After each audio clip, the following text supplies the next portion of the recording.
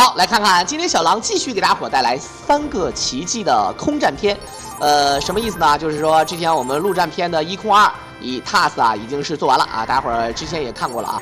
而这个空战篇的1空2呢也是 TAS 啊，但是玩起来呢是偏秀一点，全程无伤啊，这不用想，那肯定是无伤啊，而且打的是全火力、全暴力。只不过呢，就速通的角度上来讲，可能并不是那么极限啊。大家会了解这个区别一下 ，TAS 呢。这个一般来讲呢是通过这个 SL 就是保存和读取，通过无限的 SL 外加这个控制游戏的这个标准速度，比如说啊可以让这个游戏的速度变得非常的慢，然后便于操控，而且一旦出现问题了之后呢，咱们可以选择啊让这个游戏呢重开，直到你满意为止，然后呢随时随地呢可以存，满意了之后呢就存完之后呢继续打，直到存到下一个满意的节点。同时呢，跟大家伙儿说一下，这个游戏呢是这样的啊，它后面有这个尾巴，这个尾巴呢是可以帮助咱们，这个挡住这个后面的子弹啊，一些子弹，还有一些小兵可以帮忙击打。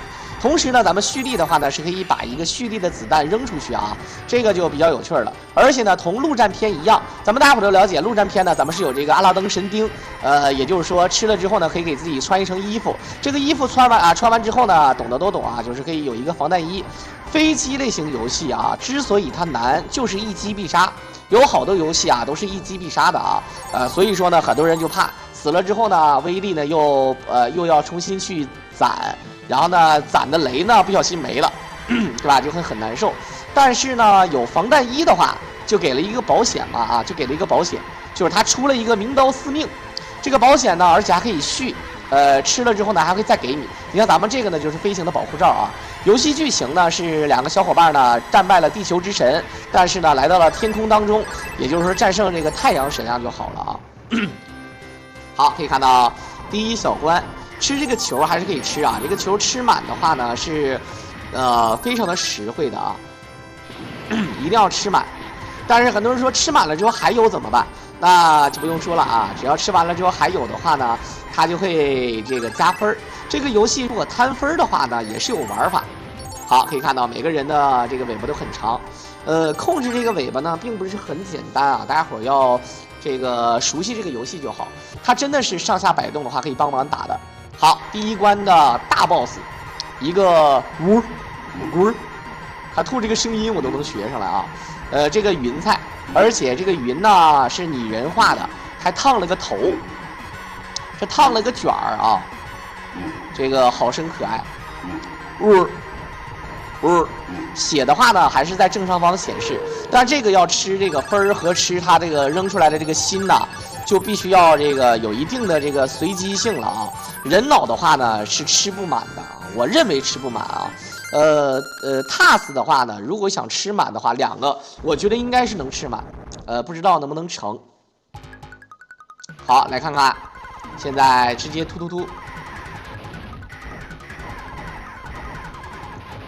这里面后方啊，玩飞机类型游戏啊，尤其是竖版的啊，最害怕的就是从后方来这个小兵。横版的话也是害怕后方，但是这个后方来的话呢，这个游戏是有完美的解决方式，就是这个尾巴可以甩啊，咱们不能朝后开枪，但是尾巴往后甩可以。有很多游戏呢，能不能调整机身往回打？它没有，但是它可以选择你从右往左打啊，有没有这种？很多人看起来不是很顺眼。我记得很多人玩游戏都是喜欢在这个，从左方往右方打，啊，或者从下方往上方打，可能是养成了习惯和这个人的视角的习惯。比如说王者荣耀吧啊，一个是从左下方往右上方打，一个呢是从右上方往左上方打啊，一个是蓝色的，一个是红色的。但是无论怎么显示，比如说你是红色方，但是你会从这个你的显示呢，还是从左下往右上打，它是一个镜像的啊，就是谁玩都一样。这种呢就是便于很多人玩不了说左下到右上的这种感觉。飞行射击也是一样的，你可以看到这个设计的非常好。然后它俩的子弹的话，一个是散弹，一个是专属的半月。好，一顿突啊！这里面那个宝箱，很多人问怎么吃。首先先把上面的那个面具打掉，然后呢再回去烫掉那个宝箱就可以。可可以看到，很多人说如果这个尾巴没有球了怎么办啊？它会自动恢复，但是需要时间。子弹的话可以看到，红色和绿色啊。这里面还有很多人玩这个TAS 和 RTS 啊，它的这个玩法不一样啊。比如说 TAS 的话呢，就是比较也不能叫基础吧，它的玩法不一样。但是呢都是看标题，比如说有的就是专门为了秀。你像飞行射击类型游戏的 TAS 呢，是最适合去秀的。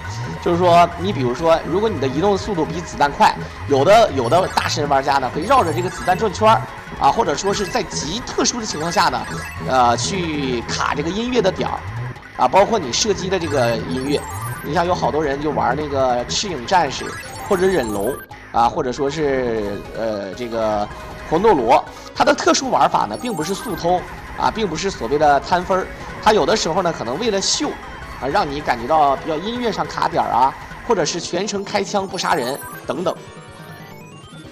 好，月亮之神，把眼睛睁开吧，这月亮之神也是没谁了啊。OK， 后撤，远一手，感觉这个小月亮啊，这个月亮也是做过发型的啊。好，全程一个子弹都不落，可以看到他们躲啊，比人脑躲的要实在的多。这是打还是2滴血？好，烫爆了。可以看到啊，这个月亮真是有大脑啊，还是落掉了好几个。站在这个位置上啊，即便这样啊，吃的也是非常多了。你可以看到他俩这个尾巴真的是一甩一甩的啊，狗尾巴草。好，第3关的是骷髅双子。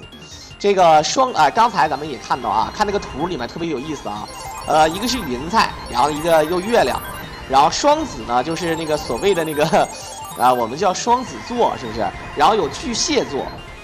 其实有的时候啊，一讲到这个太空游戏或者说宇宙类型的游戏呢，经常会跟这个星座搭边儿。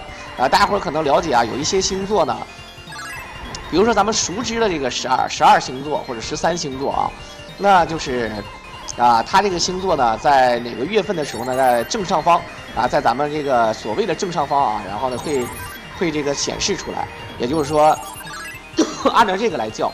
但是其实呢，看过《圣斗士星矢》的人，大伙儿可能也了解，就除了这个之外呢，还有一些别的座啊，不光是咱们熟知的什么这个座，你像我狼呢是天秤座的，很多人说选择困难症，那你说还有什么天马流星拳？是吧？还有这个座那个座，反正是，我是沙发座的啊，我是沙发座的啊。这里面呢，一般来讲都是这么形容啊。星座这个事儿呢，很多人说星座生肖准不准？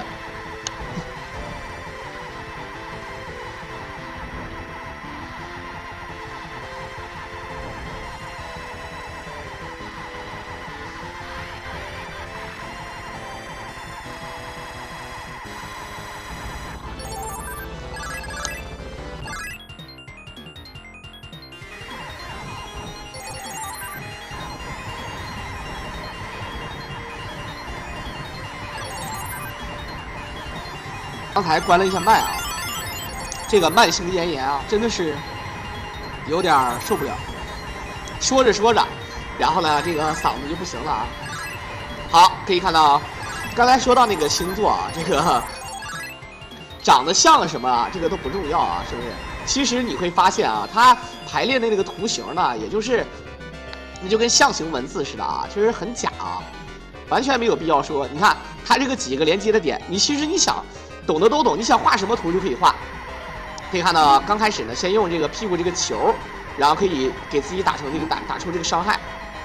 总体的血量呢，在屏幕的最上方，用这个球去甩，看没看见啊？该躲子弹也要去躲。当然，很多人说，那这个游戏这么看挺难啊。这个当然难了，飞行射击游戏啊，没有天赋的人啊，没有耐心的性格的人是玩不了的。但是呢 ，TAS 的话呢，其实怎么都能玩，对吧？你就躲就行，你躲不开了，你读取到上一次，直到你再躲开为止。还有一点呢，就是你如果要速通的话呢，就难受了。你必须要把自己的这个子弹啊，那肯定是要全方位的打到这个敌方身上。而且咱们这个可能大家伙儿看到啊，应该是没有这个雷。一个游戏没有雷的话呢，我们管雷呢就叫保险。其实闯关游戏的血杀也是保险，你看血杀，然后呢，这边我们就通俗意义叫雷，啊，这个雷对吧？你懂的啊。好啊，这边还有这个射手座、巨蟹座，啊。但是按照咱们中国传统来讲呢，有28星宿，这个就不是那个星宿老仙法力无边啊。这28星宿呢，其实就是金木水火土日月，然后呢，每个这个属性的这个星呢是有4个。对吧？什么，这个之前给大家伙讲解过啊，看过《西游记》的人都知道啊。最出彩的就是这个奎木狼啊，这个还有什么呢？还有这个奎木狼是出现过了好几次啊，大闹天宫的时候也出现过，然后呢，犀牛精的时候也出现过，还有呢就是奎木狼专属剧情啊也出现过啊，就是那个百花羞。然后同时呢还有什么呢？还有这个啊，同时还有他们一起去营救啊，就是在小雷音寺。啊，小雷音寺呢，咱们是一起营救这个孙悟空的时候也出现过啊，对吧？然后再就是比较搞笑的，就是这个亢金龙。亢金龙呢，它是个啊，按理说它应该叫龙，但它中间呢它是金属性的，对吧？这个奎木狼是木属性的，啊，包括什么角木蛟、斗木蟹，啊，奎木狼，啊，这木字的啊。我记得最狠的叫防日兔，这个防是谁？他为什么要日兔啊？哈哈。防日兔、新月狐啊，都是有这个动物的感觉，是不是啊？这个每一个都是一个动物的这个名称。还有这个对吧？卯日鸡。OK， 来看看巨蟹座。巨蟹座它真的是一个巨蟹啊，这是大闸蟹，这个传说中的帝王蟹啊。好，一顿突突，它扔出来的是石头，但这个石头呢不能被抵消掉啊，只能躲。好，散弹啊，你看散弹用来清这个敌方的这个小吐出来的小泡泡，然后呢，这个绿色的这个子弹呢用来主打输出，配合的非常完美啊。OK， 好，最后一点血，可以看到啊，其实有没有一种方法，他俩可以把这都吃掉，但是发现这个它崩出来的这个东西啊特别的快。啊，崩出来的特别的快啊，这个就挺难受的。所以说，即便是踏死，好像也不太稳能吃到，因为你移动速度就摆在那儿啊，没有那么快。好，一个弓箭射，那应该就是射手座啊。好，可以看到啊，他们的尾巴最多是7节啊。散弹的话呢，我觉得无论是对于这个新手还是高手啊，散弹是最好的，因为如果你散弹的话呢，这个第一是非常的稳，打小兵呢非常的快。打 BOSS 的话呢，我倒不觉得啊，这个打 BOSS 的话会有怎么样。打 BOSS 有一个缺点，就像你说的，像刚才咱们这个你子弹那个 BOSS 太小，你就不能把所有的子弹全打到一个点上，对吧？但是如果 BOSS 大的话，我觉得没有任何的问题啊，对不对？你 BOSS 大的话，你就可以突突呀，是吧？啊，好 ，OK， 看看这边怎么说。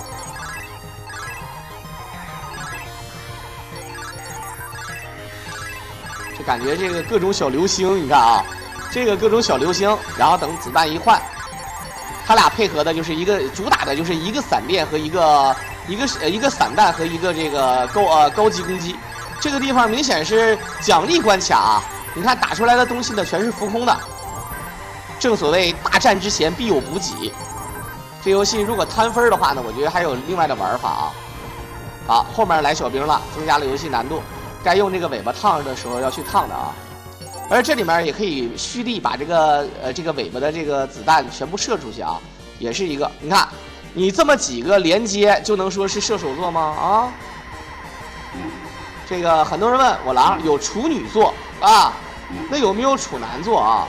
有，处男座就是射手座，因为射在手上了啊。啊，各种弹，这个射手座天马流星拳嘛，对不对？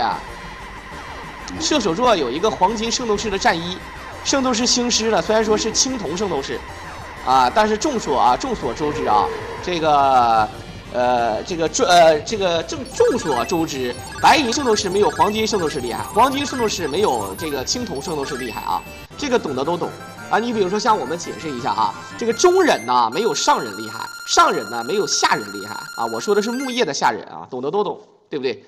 所以说情况就是这个情况。OK。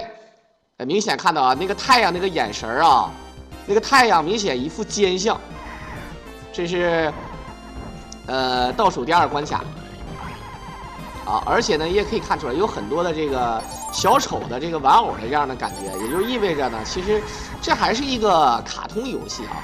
卡通游戏主打的就是一个可爱，然后看起来呢就是比较具有那种就是那种童话的那种那种感觉啊，卡通的这种童话，让你玩起来呢没有那么多心理负担啊。它并不是一个恐怖游戏啊，你像玩什么恶魔城什么的，音乐也好，背景也好啊，确实挺难受。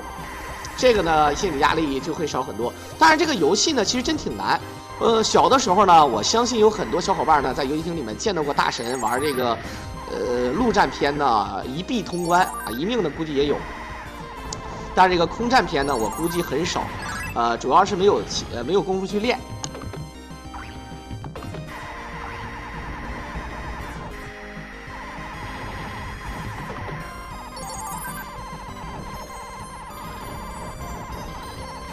这个黄金蝙蝠也是挺有意思的啊，小心上方的针。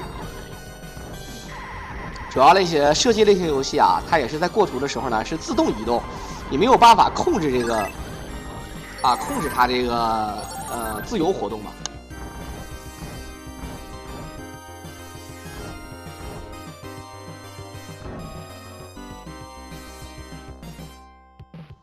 来看看，接下来又是你。大家伙在陆战篇的时候看到过他啊，浑身带刺儿。陆战篇的这个 BOSS， 他还没有死啊，他也不是陆战篇的最后一个 BOSS 啊，地球之神的狗腿子是不是？好，一个用这个尾巴去烫，趁他这个针的时候就突突。他针飞出去的时候啊，咱们对他的伤害啊是非常的过瘾的啊，感觉好像这个子弹全都能击中。没有刺儿的话，它防御非常弱，看不看见？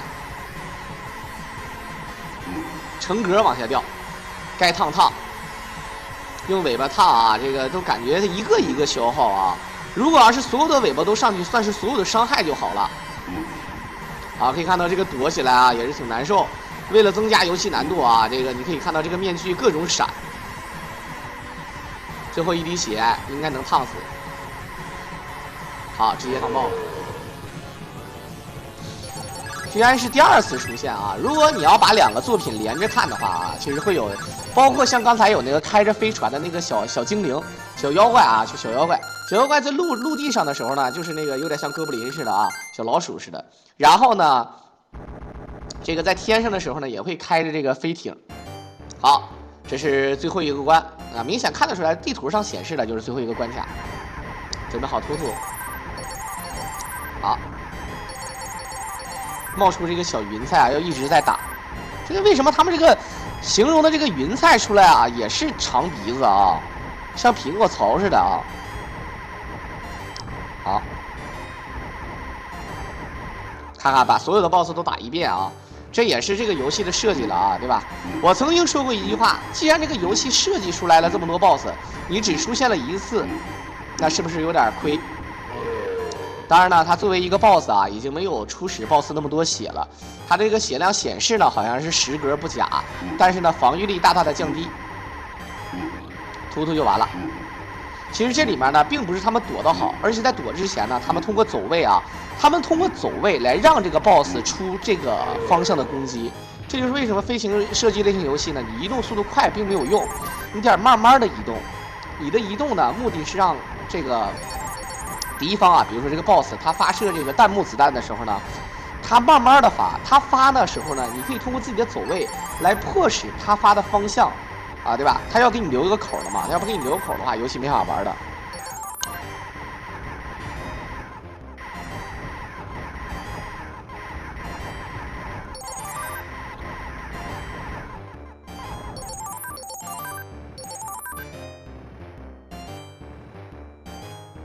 中间呢犯了咽炎，然后咳了6、7次啊，这已经是第6次了。然后呢，就可以把麦呢用那个硬件啊暂时关一下。好，由于这些小 boss 的血量非常少啊，我个人感觉它对于这个跟之前的血量呢，也就有之前血量的1/3吧。所以说打起来呢还没有什么压力。接下来第二，哎，又是这个巨蟹。咱们回想一下，蟹之后什么呢？射手。射手之后呢，应该就是刚才的那个面具了。其实这个石头挺难的，但是呢，想躲的话呢，这个我跟你讲啊，有的时候呢，咱们不怕慢的子弹啊，不，咱们不怕快的子弹，怕的是慢的子弹。这个子弹慢慢飘过来，或者是以波为形状的，这种是最恶心的啊。相反的快的话呢，一般来讲呢，它都是特别的，对吧？特别的快。然后呢，但是呢，它的这个攻击范围很小。哎，攻击范围小的话，你懂的啊。好，打爆，然后再过图，应该是两个 boss 同时出啊。所以说打完这两个 boss 之后呢，再打一波小兵。好。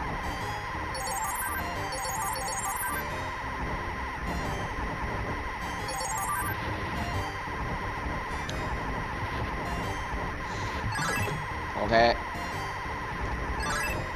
抬出来，各种小五仙啊，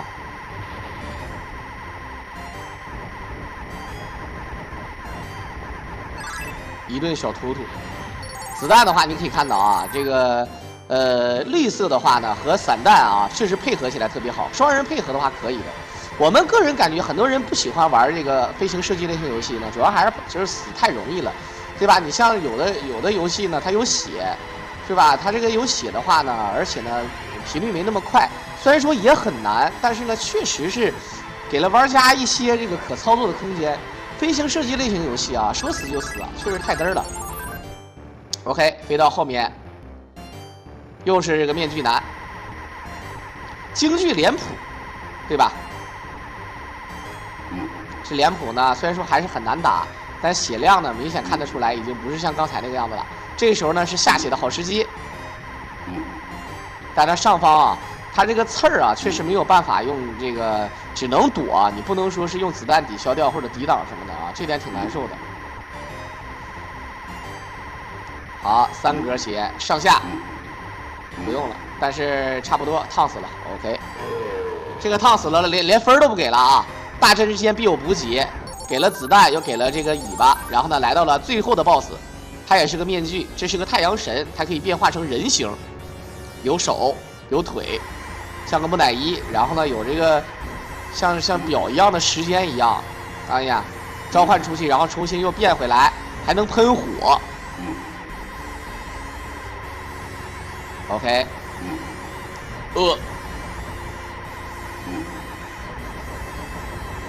好。